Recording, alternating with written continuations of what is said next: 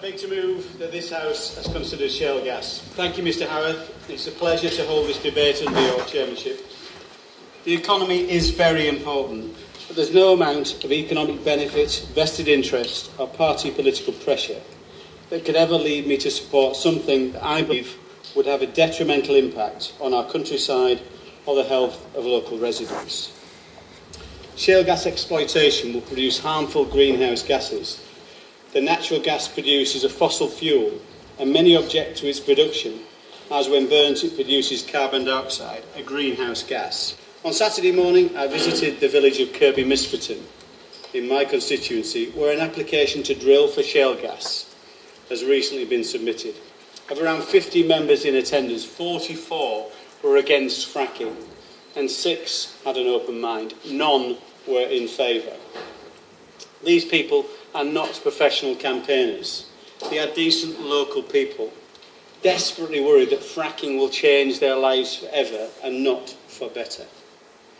Their concerns mainly centre on safety, the potential for contamination of water supplies and air pollution during production and after the producer has left and made their money. The spoiling of the countryside by drilling rigs, noise, light pollution and lorry movements is another major concern. And at the end of the day, who cleans up and who pays up if things go wrong? First, safety. The fact that other administrations, France, Germany, New York State, etc., have banned fracking is a major worry to many. So too, the Shale Gas Rural Economic Impacts report from DEFRA that had 63 redactions within 13 pages, including a whole section on the impact on house prices.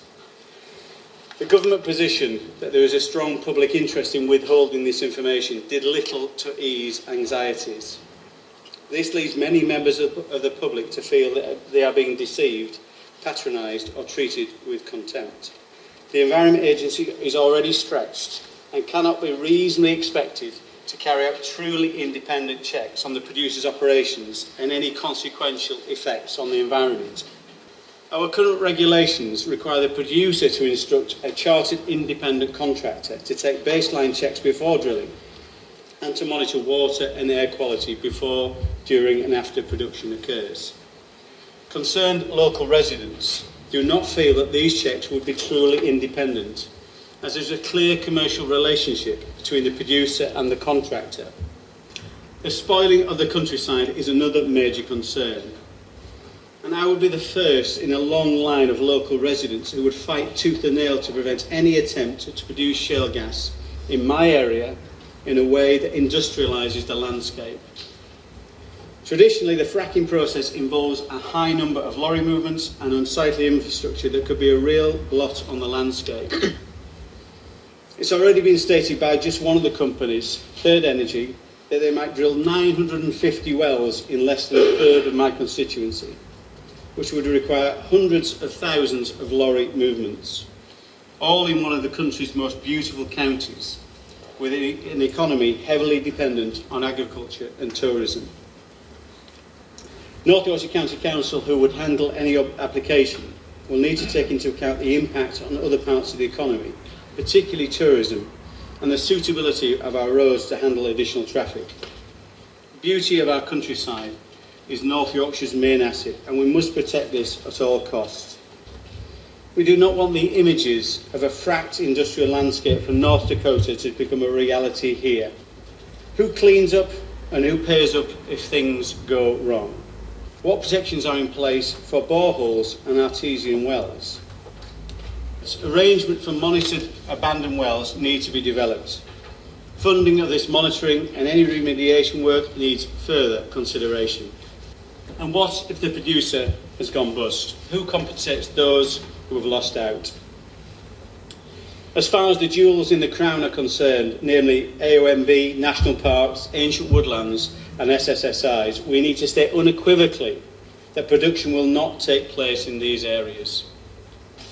We need to reassure the public that we are prepared to stop if significantly affecting lives and livelihoods, just like we did in 2011 when fracking caused earthquakes at the Priest Hall site near Blackpool.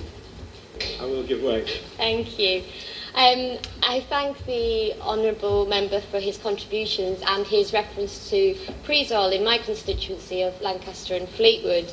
Is he aware that yesterday Lancashire councillors overwhelmingly voted to reject fracking in the county? The result was very clear. There was 9 against and 3 in favour, which broadly reflects opposition to fracking across Lancashire, which was found to be 2/3 in opposition, perhaps similar to his constituents over in Yorkshire. Also, we had 300 local businesses write to the council to urge them to refuse fracking. This included farmers, B&Bs, media companies, the retail sector and many others. Would the Honourable Member agree with me that opposition to fracking does go across many different parts of our communities? Order. It might be of assistance to those who are hoping to take part either through interventions or speeches, that interventions should be short and to a single point. I think the Honourable Lady made a mini speech there, and I won't be tolerating that in any other contributions. Kevin Hollinray. I'm grateful to the Honourable Lady for her contribution. I absolutely accept that there are many people, many local residents with real concerns, and we need to take those concerns into account before taking these next steps. The public deserves precise answers to these questions. Thank you to my honourable friend, and I wish to congratulate him on securing this debate today. Does my honourable friend acknowledge that in the United States and Canada, where he referred to earlier, shale gas exploration has had initially a transformative economic effect? However, since 2014, there has been a slowdown, and some gas fields are running at a loss. Does this not show that we need to ensure that there has to be an economically viable case in all instances of exploration? I'm grateful to my honourable friend. There is clearly an opportunity here. The volatility of oil prices and gas prices is not within my remit, but clearly there is a commercial pressure to exploit shale gas for the future domestic security, which I absolutely understand, and that's why we need to get this right. The public deserves precise answers to our questions via every means possible, to include a comprehensive series of community meetings conducted by real experts with real answers. It'd be all too easy to join the chorus of political voices who oppose fracking in North Yorkshire. However, I don't believe that politics should be about doing what is convenient or being swayed by a vocal minority, but about doing what is right. At this stage, I believe we need to look at the issues and solutions more closely and find those solutions that reassure the public that we have their interests at heart and allow us to realise the benefits of a low-carbon, low-cost energy independence. Yeah. It's a very important debate because I think it goes to the heart of the distinction between what it is to drill an exploratory well and what it is to have a fracking industry in any particular part of the country. And the Honourable Member for Thurston Moulton, I thought, set out very clearly the safeguards that one needs to have as an absolute baseline for any fracking at all, but also the cumulative effect of fracking and the extraction of shale gas from particular areas, and how that then impacts on the community in the longer term, and how that also impacts on the consequential things that one needs to do in order to keep that industry in place. The disposal of wastewater, the question of the intensity of various fracking pads, and a range of issues such as that. And I want to just concentrate for a moment this morning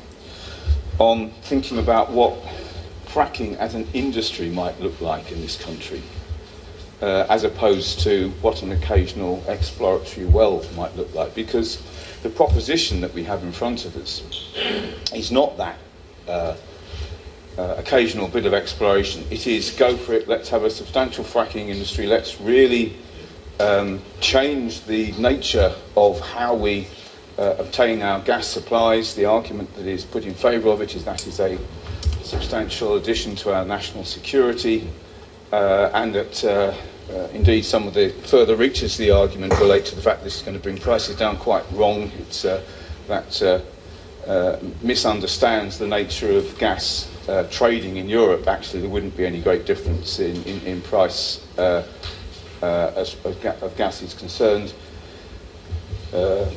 unless the whole of Europe decided that they were going to frack everywhere in Europe. But the argument that a very substantial fracking industry might be good for national security is, it seems to me, the main argument that goes forward as far as the fracking industry is concerned. Happy to give way. Thank him for giving way, and I just wanted to comment on what he said about prices. It's true that there's no reason to believe that prices in Europe should come down by a factor of 4, as they have in the United States of America.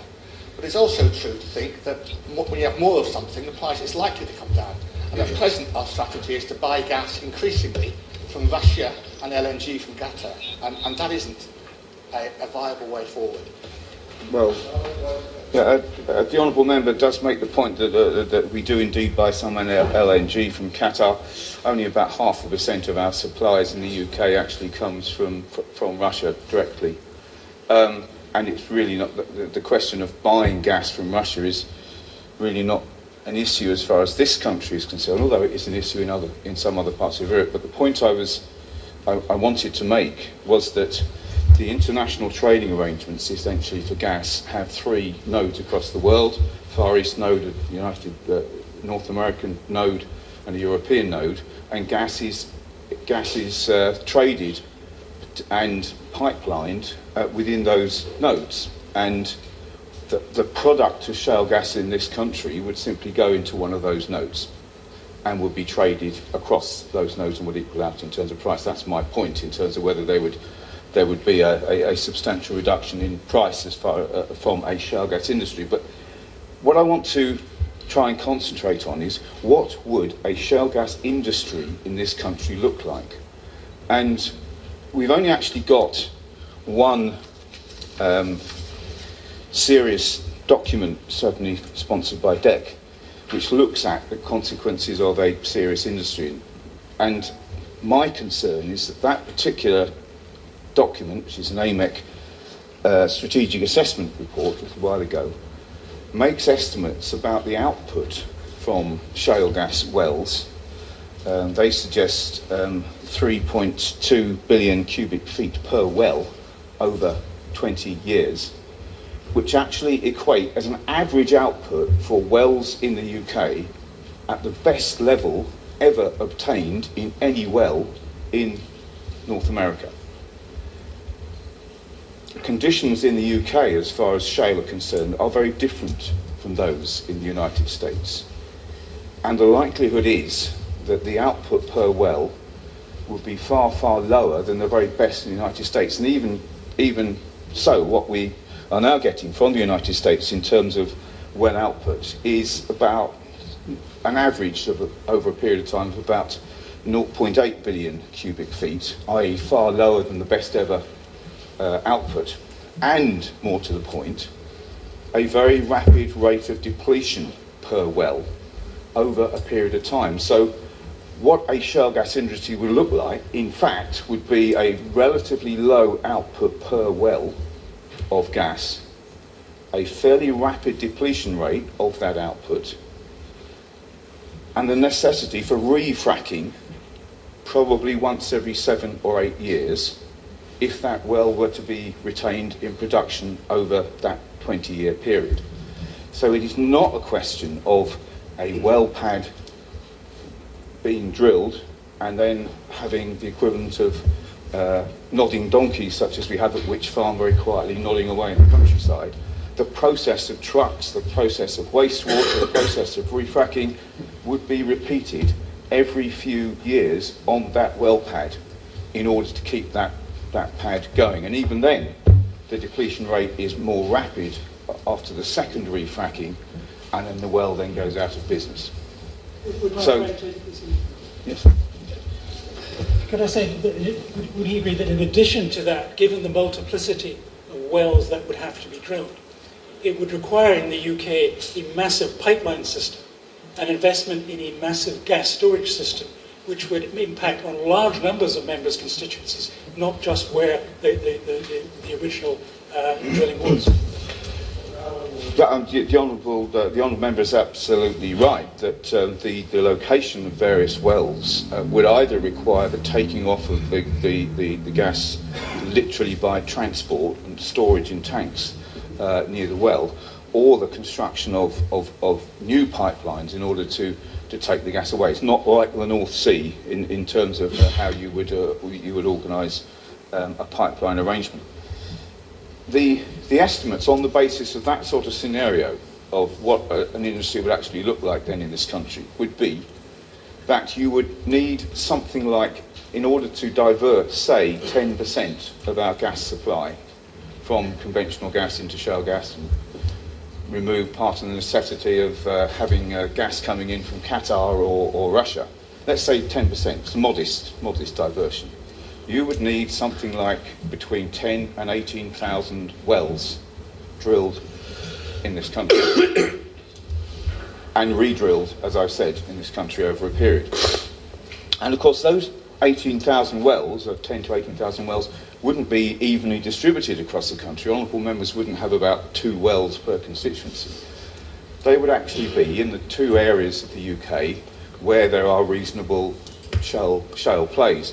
Geologically faulted, difficult to get, but nevertheless those are the main areas, and those would indeed be the northeast of England, Bowland Shale, and across the Weald in the south of England. So 10 to 18,000 wells concentrated in 2 parts of the country, as the Honourable Member Thurston-Moulton says, probably then a very intensive geographical concentration of fracking at that point in those areas, with a substantial geographical concentration, indeed, of take-off facilities, a substantial geographical concentration of the need to remove wastewater, the 7 million gallons per well that needs to be removed and disposed of as hazardous waste fairly safely. We don't have in this country at the moment the ability to do that. We can do it for the occasional well. We wouldn't be able to do that very easily without substantial new facilities for that concentration of hazardous waste, which would be repeated as the wells were refracked. So the question I think we need to ask is that a realistic prospect ahead of us for the gain that might come from the achievement of this additional gas? And it seems to me that it's a very high price indeed to pay across the country for that marginal gain, if that is what we wanted as an energy strategy. Are we really seriously committing ourselves to that? And I would suggest, Mr. Howarth, that the events in Lancashire just recently demonstrate that it's rather difficult to get 2 wells off the ground, or into the ground, should I say, as opposed to 18,000 over a longer period. And we may actually be setting ourselves up, and that's a worry for me, is setting ourselves up, assuming some of our future energy supplies are going to be penciled in for this particular route, when we either have got to get to that particular goal at unacceptable cost, or we've got to build a whole lot of infrastructure on the back of what we have already in order to make that industry work. Now, what is, I think, interesting about this debate in terms of looking at what that industry might look like is perhaps to briefly look at what an alternative industry might look like. And that is green gas. And that is the production of gas from anaerobic digestion plants and associated kinds of plants, which it happens to be projected could, with the use of most of the available feedstock that could go into anaerobic digestion plants, probably divert between 5 and 10% of our domestic gas supply requirements.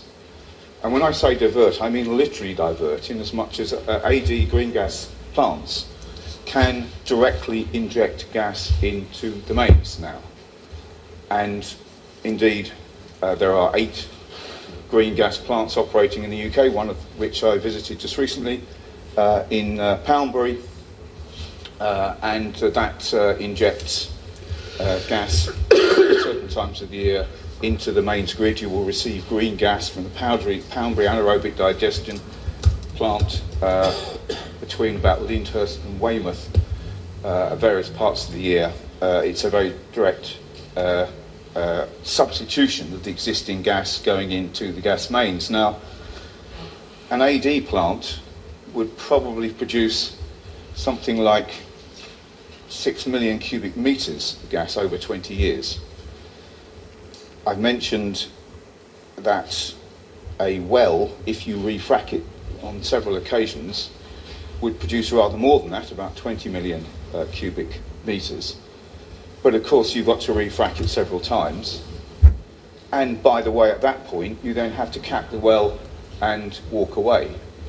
AD green gas plants, because animals continue to produce feedstock and plants continue to produce feedstock, would simply continue. So maybe if we're looking at a policy of diverting gas from import to domestic production for national security purposes, it might be a rather better idea to build a large number of AD plants at the end of every lane. Yes, Thank you for giving way. I support green gas and AD digestion. I'm interested in something that he said, though. He said that it could be injected directly into the gas main system. Is he implying that there's something in the characteristics of shale gas or unconventional gas that means it can't be directly put into the grid? Because I don't follow that for years. No, I'm sorry if I unintentionally misled the honourable member. Of course, shale gas can be injected directly into the grid. What I'm saying is that certainly AD produced gas, slightly different calorific value, but nevertheless with very minimal treatment, can actually go directly into the grid in the same way that shale gas can. So there's a direct comparison in terms of production and end use between the two particular processes. And my suggestion is that it may be the idea that if you want an industry which diverts substantial amounts of gas from import, building up AD plants and injecting green gas into the system might be a rather more environmentally sound way of doing that over a period, and might be a less intrusive way of doing that over a period, and might be a way that would be rather more acceptable to the communities that are going to be affected by this intensive fracking industry if it comes around.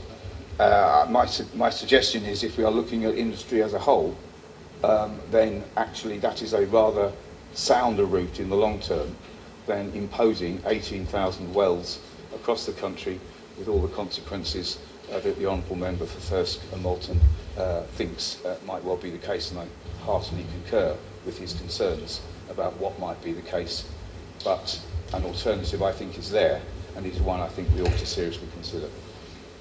I'm speaking today because the decisions at County Hall in the last few days, County Hall in Preston, directly affect my constituency of South Ribble. We know that on Wednesday and yesterday, Lancashire County Council Planning Committee rejected Quadrilla's application to frack at sites at Rosica and Little Plumpton in the constituency of my honourable friend, the member for Fylde.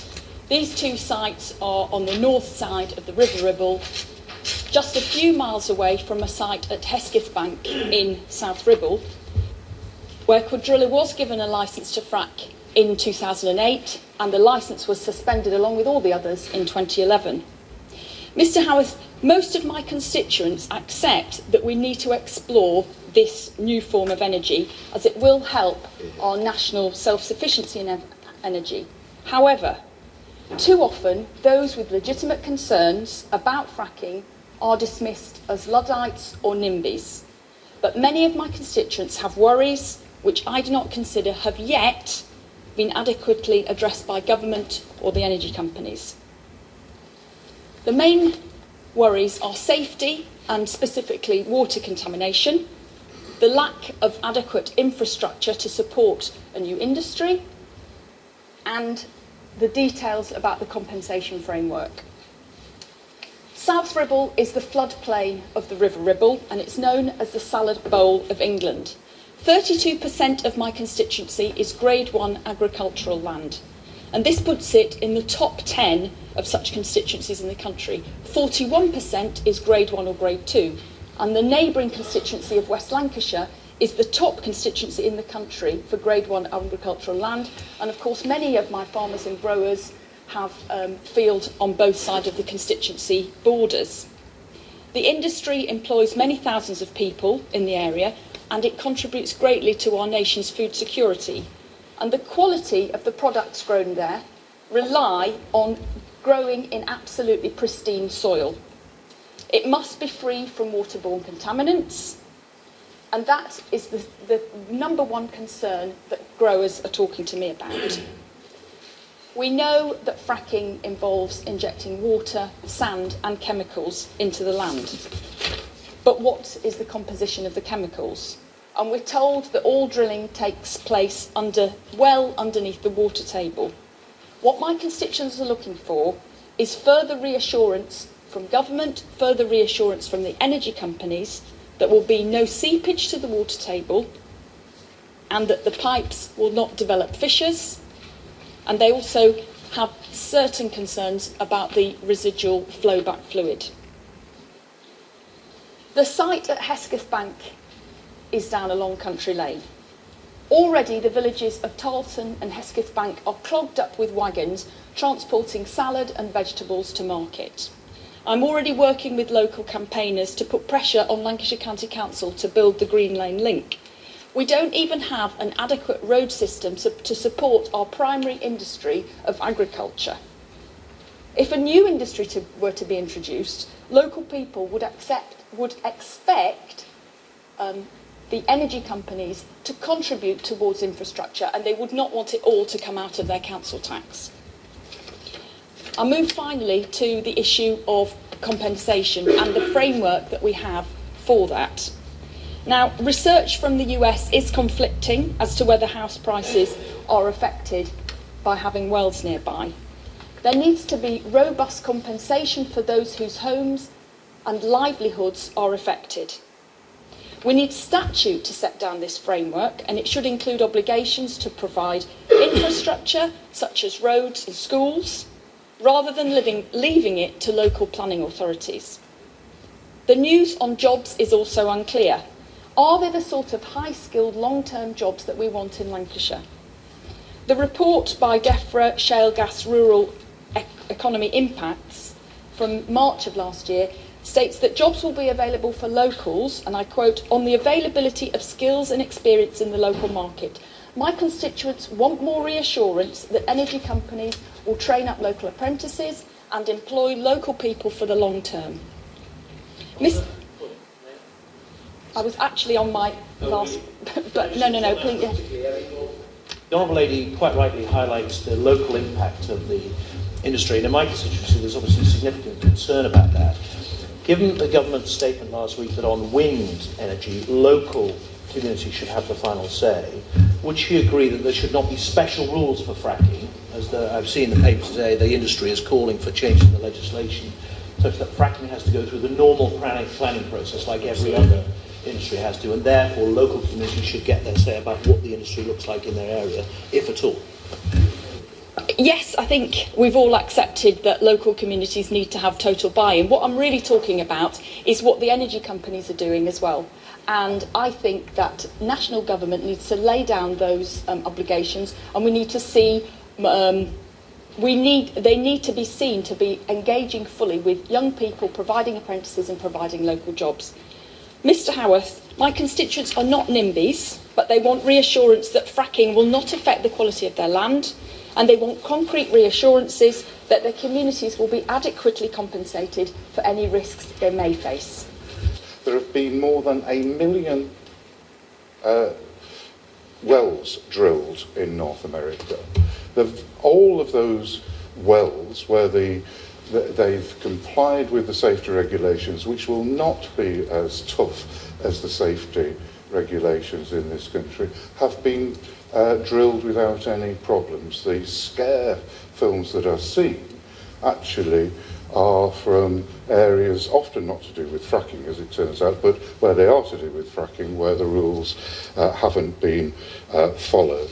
So I think we have to go for it. Now, I've heard from two honourable members opposite concerns, the normal planning concerns that one gets about the amount of usage on the roads, what will happen to the area. I think those are obviously genuine local concerns, but I think as a country we have to decide what is the balance between those people who have genuine local concerns and what is part of the national infrastructure plan. There is nothing unusual about that. When the country was cabled, the amount of local decisions that could be taken about the cabling of the country were reduced, and I think this is of such importance that we should have a national infrastructure plan. I will finish on the final point that the Honourable Member for Malton and Thurst said. Where there are rumours, sometimes put about wilfully by those people who are ideologically opposed to fracking, the worst thing that any government can do, whether it's a Conservative government, Labour government, coalition government, is to hide information. We need to get as much information out there as possible, because fracking is safe. You cannot, water will not travel through half a mile of rock, and people need to be reassured about that. And by reassuring them that it is much more likely that we will get the economic benefits of a real shale gas industry. The benefits of unconventional drilling have been well flagged, and while bridging to a low carbon future, unconventional drilling may provide the UK with a secure source of energy. The government, though, as my honourable friend said, has only got one opportunity to get this right. We're routinely told about the economic value associated with extraction. It's absolutely critical in this context that those living near extraction sites in particular have cast iron confidence that proper and sufficient investment is being made to ensure their safety during and after the drilling period.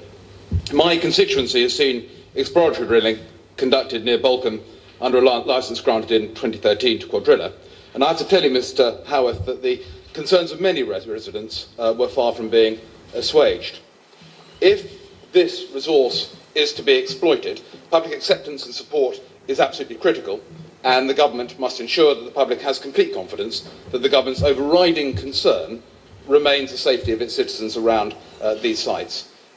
There are advantages for a country in being the second mover. The Honourable Member for Blackley and Broughton was referring to the US experience, which is clearly useful for us to learn from. I'm sure the Minister will place on record her department's continuing monitoring of that US experience. We've much to learn from them, and given the far higher concentration of population in the UK, it's essential that we do so. I have constituents who are concerned that the Minister's department, having in large measure set out a safety regime, will cease to focus so much on the US experience, and I'd like reassurance that that's not the case, not only in the Minister's response today, but more critically how the department responds to the stories that emerge from the US in coming months and years ahead. Secondly, Mr Chairman, I support the Honourable Member for Thurst and Malton in calling for the monitoring of fracking activities to not only be independent, but in every respect to be seen to be independent.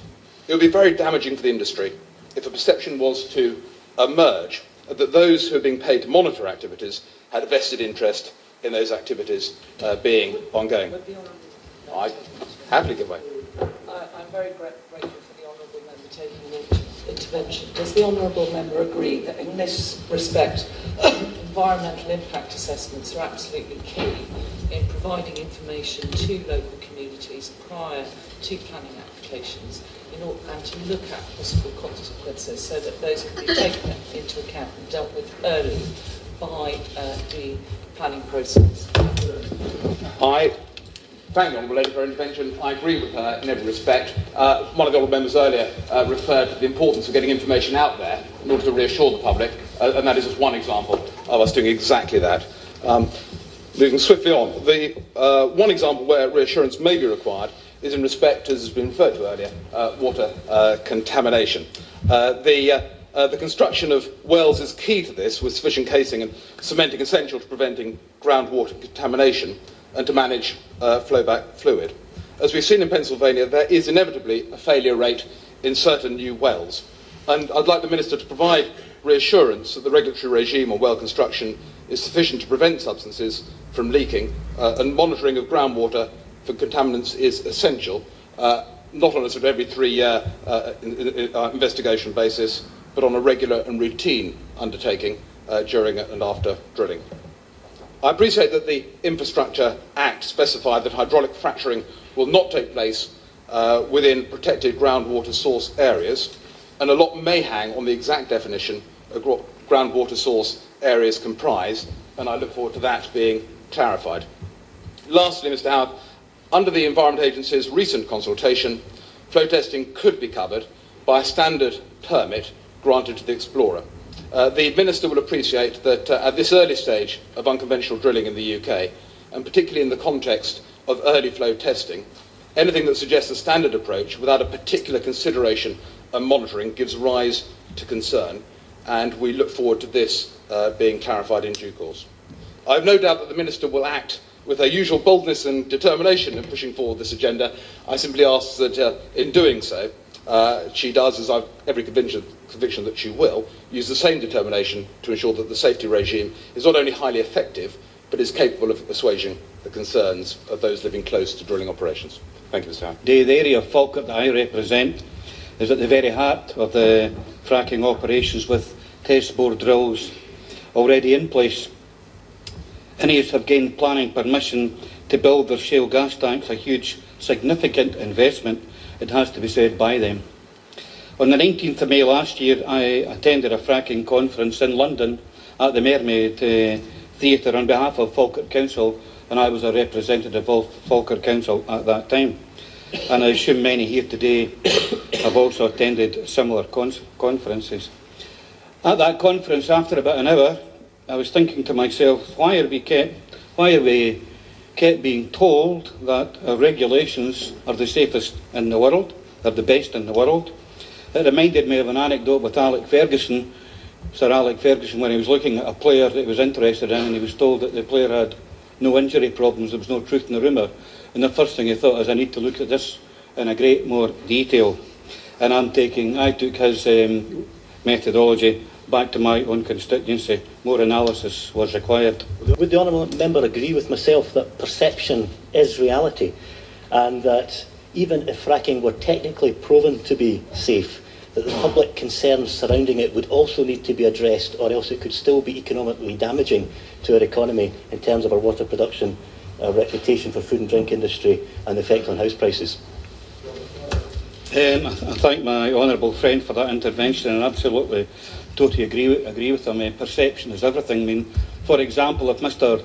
Birdseye, the lady over there, referred to the salad bowl, if Mr. Birdseye thinks that the water contamination is going to affect in any way his product, he will just withdraw, and people will not buy the product. I'm absolutely, totally convinced. I don't think there's any second guessing on that. So thank you for that, my honourable friend. The delegates were on to listen to the utopian and the dystopian presentations that were made by the presenters at that conference, and that again ignited for me the other reason why we are here today. Last Thursday I asked a question to the Secretary of State to produce a detailed health and impact environmental to the conference in Paris in 2015, and the Secretary of State did answer me, and she said that safety will always be a priority, and that this country has a safe environment working record, and I await that presentation with eagerness to see and to view its findings. Chair, MedAct, a registered public health charity of over 1,000 public health members, clinicians, etc., has produced a report on fracking, and their report concludes that fracking poses significant risks to public health and calls for an immediate moratorium to allow for a full and comprehensive health impact assessment to be completed, and I absolutely, totally agree with that. Chair, in Scotland we have what we call the wow factor. We have wind, oil and water. We have a moratorium that we produced. The Scottish Government have indeed listened to the rest of the concerned communities, not just of Falkirk, but across Scotland. We have a worldwide reputation on the purity of our water. Our vast food and drink industries require that reputation to be untarnished in any way, shape or form. And in the Smith Commission, the licensing of fracking is to be devolved to Scotland. That makes absolute total sense. We need to tread very warily on this huge issue that affects all our communities. To conclude, I intend to write to the Secretary of State to ask her to share that report with the Scottish Government that she will present on fracking to this House and to the Paris Conference. And I can't help but note that the comment by the Prime Minister of going all out for shale gas in the UK was a bit premature and could cost huge financial costs to the companies involved, for example Ineos, on their investment in fracking, as I hope and sincerely hope that does not take place in this country. Thank you. If I put my sort of national hat on, and as I'm a Member of Parliament also down in Tiverton and Honiton down in Devon at the moment, there is no idea of fracking there. It's sort of very good for me to say now it's very good for the country to have a great gas supply, and we must make sure we get on with it. And that's absolutely right if you put a national perspective. But as a government, we're very keen on taking local people with us. And dare I say, at the moment, we don't seem to be doing terribly well on that, because we've actually had all the locals turn it down. And I think we are really going to have to rethink all this. We've got to make sure that we don't just talk about a sovereign fund and this might help local people. I think we've got to be much more upfront. Exactly, if you're going to have an industry like this, how is it going to help local people? And they're really going to have to see something tangible before they're going to buy into this. And also then, if I put my chairmanship of the Environment, Food and Rural Affairs Committee hat on, then of course we are concerned about the land. We are concerned about the food production. We're also concerned about the groundwater. Now, the evidence we took in the last Parliament, we were assured that when the fracking takes place and the water that's used for this fracking is well beneath the groundwater sources, well beneath the area where we will be extracting water from to use for purification for drinking. But is that the case? And I quite agree with the Honourable Member who said we can't just have a sort of licence from the Environment Agency and say, well, that'll be fine. It's got to be looked at, each case has got to be looked at individually. I also think that, and putting my Conservative hat on, we want to make sure that we're very competitive and we've got an industry that works very efficiently.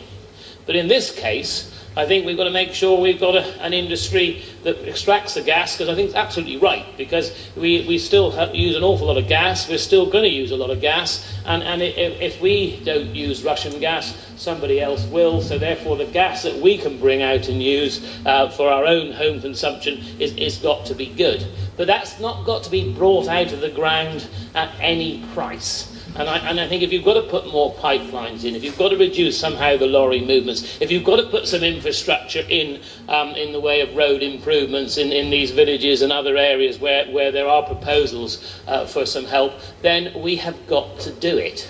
Because, I mean, I had 10 years in the European Parliament, so everything in Europe is my fault, so I'll just put that on record. But if you look at the French, and I don't always agree with the French on many things, but if you look at the French, when it comes to infrastructure and exploiting infrastructure, they would actually put in everything that was necessary for the local people to actually be enhanced. And so therefore, what I would say to our minister, who is a very good minister, we've got to make sure that local people are buying in much more than they are at the moment. Because if we're going to stick to our principle that the local people decide, and I think we should stick to that principle, like I said, we're going to have to give them a great deal more reassurance on the safety, reassurance on the environmental safety of the water, and making sure that it's properly monitored. And is the Environment Agency said in our evidence that they have the capability of doing it, but again, I think people need to be reassured that is the case. Would they be overstretched? I also think that one of the problems we've got, and all of us can be experts in this, and whether the gas will come out or whether the gas won't come out, until we've got a number of these wells in place, we won't actually know whether the ground will give up the gas. We know the gas is there, but we're not absolutely certain that gas can be got out. So we may be actually not in the end being able to produce the gas that we expect. We may be able to produce a lot more gas. And that is very exciting. But I think what the balance must be, Mr. Howarth, is that as we move forward, is that we do take the local people with us, we do reassure them on the environmental positions, we do actually reduce the number of lorry movements by more piping of that gas, however expensive that may be, in order that in the end that the local population can actually buy into this, and we have actually our land and our green and pleasant countryside is actually still green and pleasant because we have a very large population and we want to keep those green spaces and food production. So certainly I'll give way. It's not the problem that we're looking at the licensing for exploration in a piecemeal approach as opposed to looking at that strategic approach of the real impact that this industry will have over our land. I thank the Honourable Lady for her point, and I think she makes a good one, and I'm sure the Minister will address that when she sums up. And I know others have to speak, so I will leave it there because I think it is right that everybody has a chance to debate this morning. And again, thank the member for Thurston Moulton. I will not be in favour of hydraulic fracturing or fracking while there is any reasonable doubt that it has a negative impact on the environment and public health. That is quite clear, unambiguous. I think there's a lot of work still to be carried out. I do feel the government have moved on and progressed this matter too quickly. It's quite easy to say that in the bigger states of America that it is positive, that it is producing a massive supply of energy. I think you need to compare that with some of the areas that we have heard about today in my particular constituency of Fermanagh and South Tyrone. An area that there is actually cross-border exploration between Northern Ireland, in other words the United Kingdom, and the Republic of Ireland on fracking. And I think it is quite clear that you cannot compare a small county and a small area like that is still quite densely populated compared to the vast areas that have sparsely populated areas in America where they are carrying out the process. So there is no comparison there at all, Mr. Howarth, and I think that is an issue that our government have not yet taken on board. In Fermanagh and South Tyrone, we actually set up a specific grouping to look at and investigate the issues of fracking. If you want a report that is positive about fracking, you will find it. If you want a report that is not positive and directly opposed to it, you will find it. So we set up our own grouping to look at it, which contained someone from the medical profession, a solicitor, business people, farmers, solicitors, and they came up with a conclusion, and it had 3 recommendations which I fully support.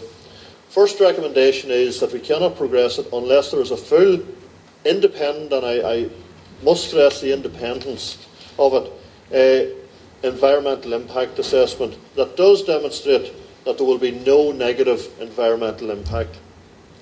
Secondly, that there must be a full independent public health impact assessment, because I have heard members talk about health, but sometimes that has not got the basis that it should have in this debate. I think the public health is an aspect that is sometimes overlooked. So we must have a confirmation that there will be no negative health impact, public health impact. But the third aspect is that there needs to be an economic appraisal. Not only an economic appraisal about how good it is economically for the UK, but what is the local people? What are the local people going to get out of it economically? Are they just going to have their land vested and taken off them? Are they going to have their trucks driving through their areas? Are they going to have these monstrosities of structures at their back doorstep? What are they going to get out of it economically for themselves? Is there going to be a reduction in the rates, value or council tax? Is there going to be a direct economic impact for those people? Or are the big companies going to come in and take all of the benefits? Because that is the one aspect as well that people will not comprehend. And again, the Honourable Member, Mr Parish, did indicate that we haven't been good at taking the people with us. Well, you will not take the people with you unless you have developed those 3 aspects: that it is not harmful to the environment, that it is not harmful to public health, and that there is going to be a benefit for the local people, an economic benefit. So again, that is the position of myself and the Unionist Party, and I do have to make clear that I think the government... I agree although I support fracking, I agree with the 3 points that were just made. I think that it has to be publicly held. There can be no issues around that. We should have done more to bring local benefits to the fore. And of course the environment can't be damaged. And in the end, those things will have to be assessed by people who are independent, do have the confidence of the local people. And it is clear, as the member for Tiverton said, that whatever else we take from this debate, we haven't brought local people with us around this subject. However, it is true for every form of energy that we could go ahead with, whether it's solar, whether it's wind, whether it's nuclear, which is still far and away the most dominant form of decarbonised energy in the world.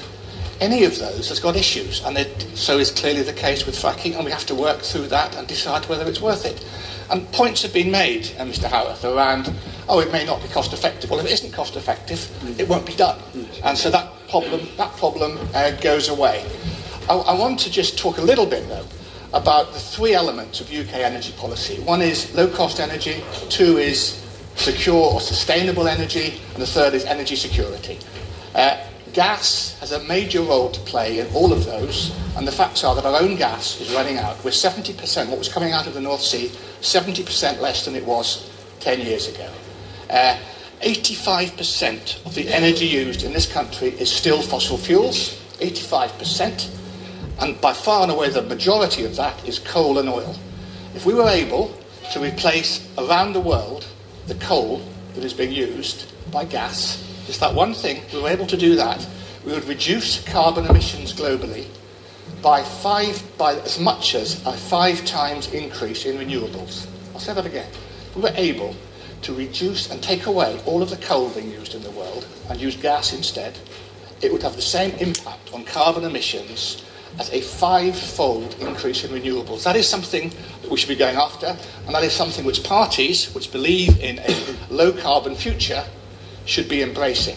So there are environmental advantages in it. We've talked about cost during the course of this debate, that it may not have the same impact. It may not result, as it has in America, in a transformed economy. Massively lower fuel poverty, and I haven't heard those words today, massively lower fuel poverty in the United States of America. And it may well be true that we're not going to succeed in reducing our gas bills by a factor of 4, and with a transform on American manufacturing. Manufacturing is relocating from parts of the UK. Yes, certainly. Member for giving way. Does he not accept that comparisons with the United States of America as to potential reduction in gas prices are simply not going to happen in the United Kingdom? So to talk about it being a game changer in terms of reducing fuel poverty is simply not appropriate. Thank you for his intervention. In my earlier intervention, I did say that I think it's unlikely that gas prices will be reduced by a factor of 4. I also think it's unlikely that if we have more gas in Europe, there won't be a reduction in gas prices with a knock-on impact on fuel poverty, with a knock-on impact in competitiveness of our chemicals industry, what's left of our steel industry and our aluminium industry. Those industries, to a large extent, Mr. Howarth, have left our country, not only to go to Southeast Asia, but also to go to other parts of Europe, which has got lower energy prices than we have, where they continue to burn coal. But the issue that we have to address, and that is in front of us, is that we have 80 gigawatts, roughly speaking, of energy produced, electricity produced in this country at the moment. 20 watts will be turned off by the end of this decade. We already have a 2% capacity margin in 2017. People in this room, as well as the front benches, have to be accountable for an issue of the lights going out.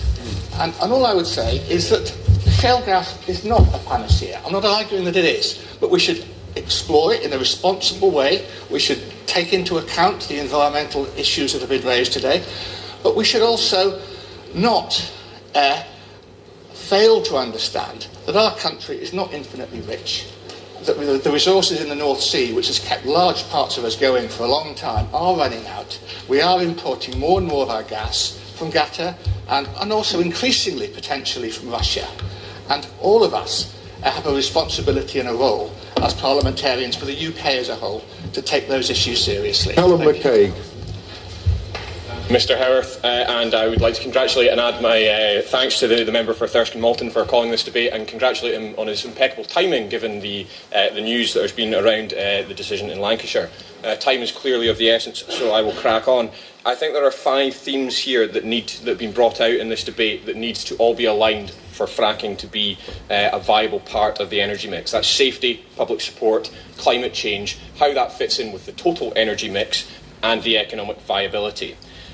In terms of dealing with this, it is to be devolved to Scotland. The Scottish ministers have suggested that there be, or have imposed a moratorium on this whilst concerns around about all of these issues are explored.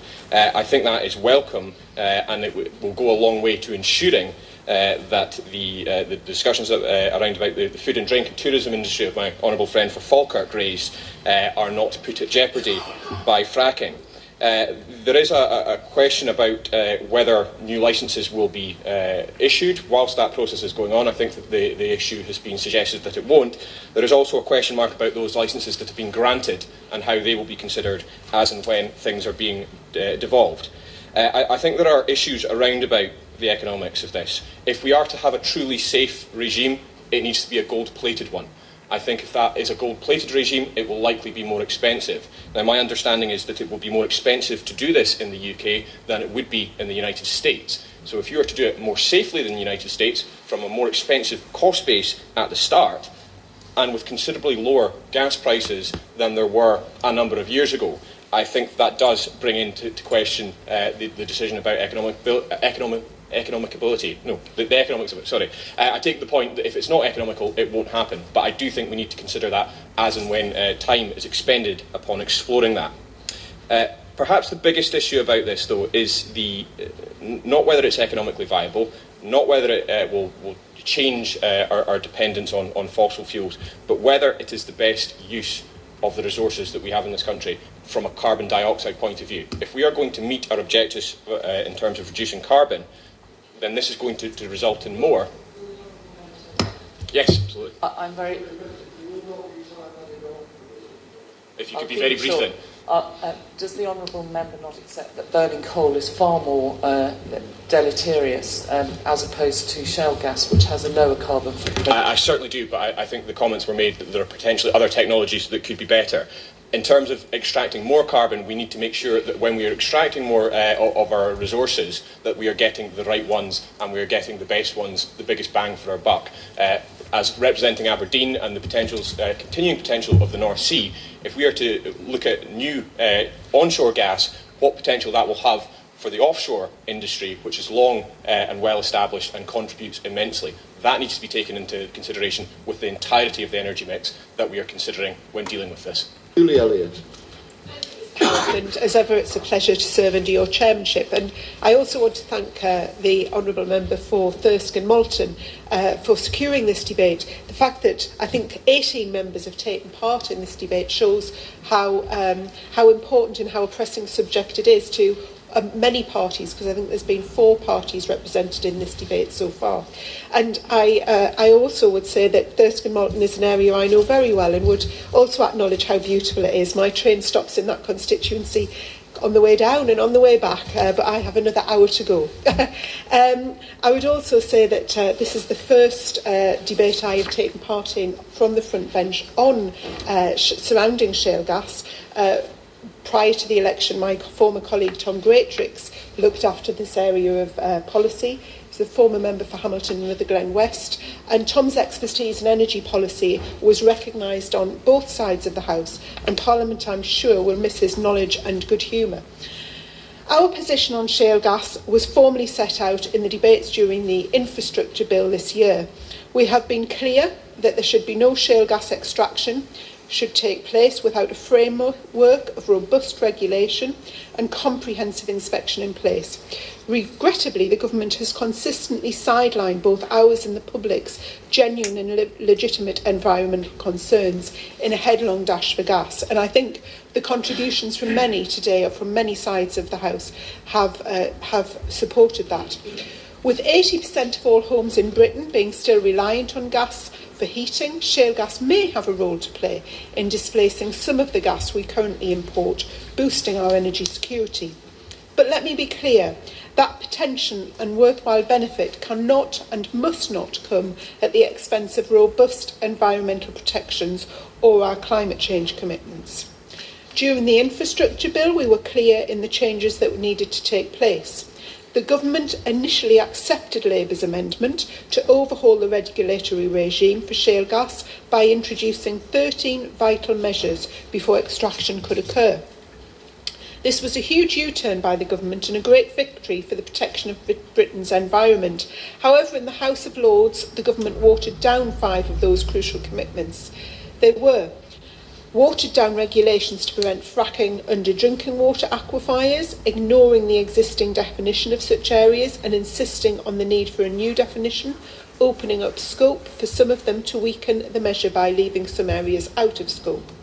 They weakened regulations to prevent fracking under protected areas such as national parks, dropping our proposal to prevent fracking within or under protected areas.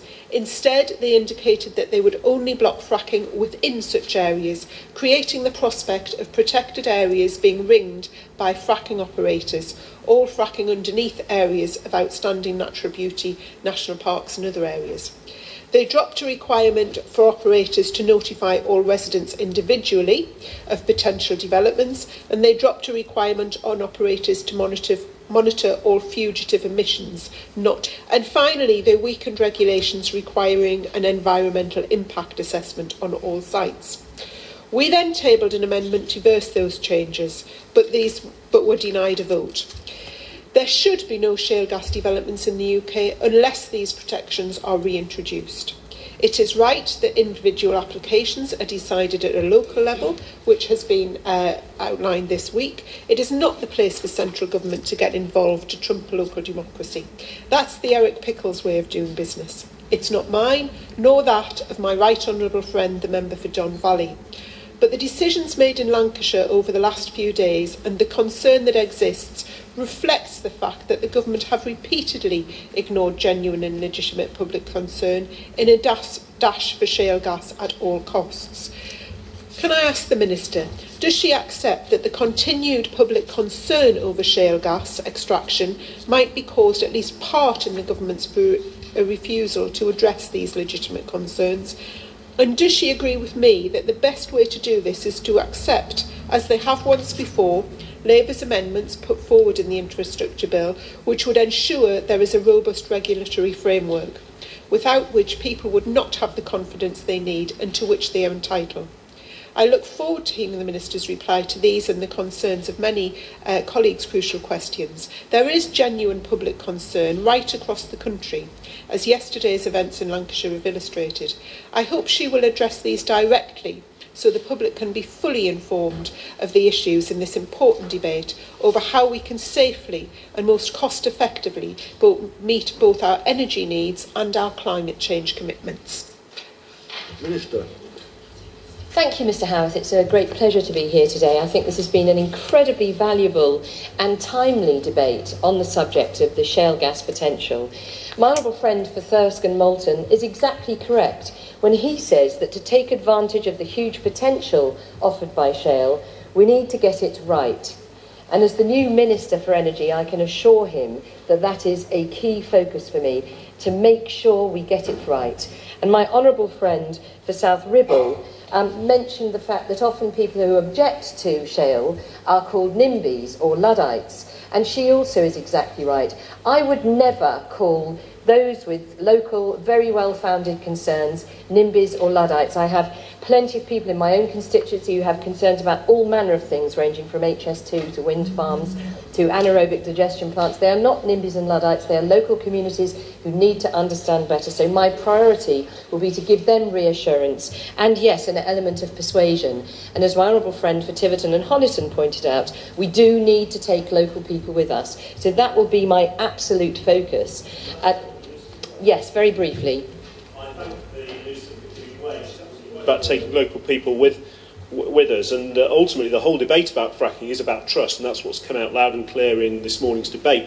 But sadly, the government's shale gas rural economies impact report findings were actually redacted, and that doesn't fill people with trust. So could she encourage the DEFRA Minister to publish this report as soon as possible.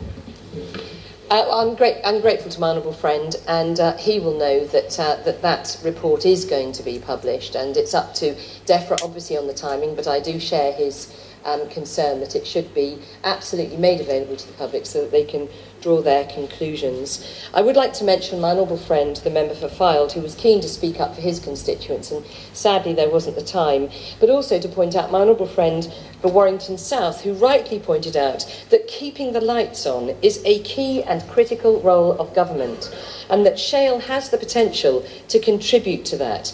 We need homegrown energy more than ever before.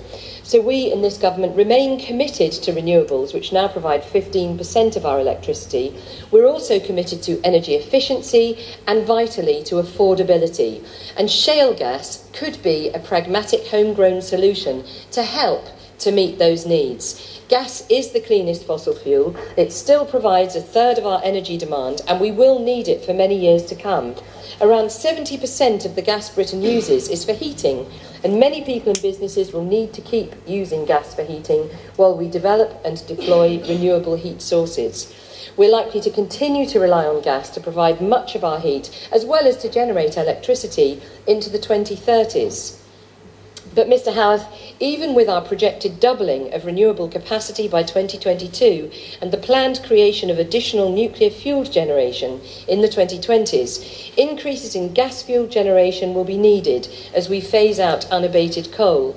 Flexible electricity generation, such as that fuelled by gas, is also needed to help balance the electricity grid, as our policies bring forward relatively inflexible and intermittent low-carbon generation.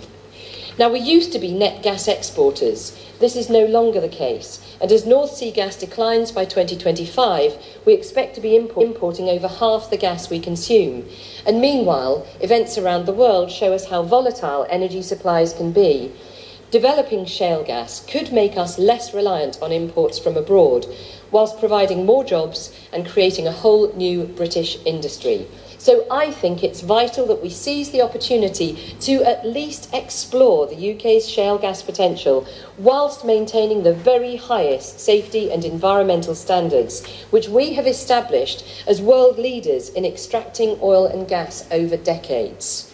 But of course, I fully appreciate that many people are worried about the stories they've heard on fracking, so I want to address, absolutely key in my remarks, the most important and overriding concern of shale gas exploration, and that is safety.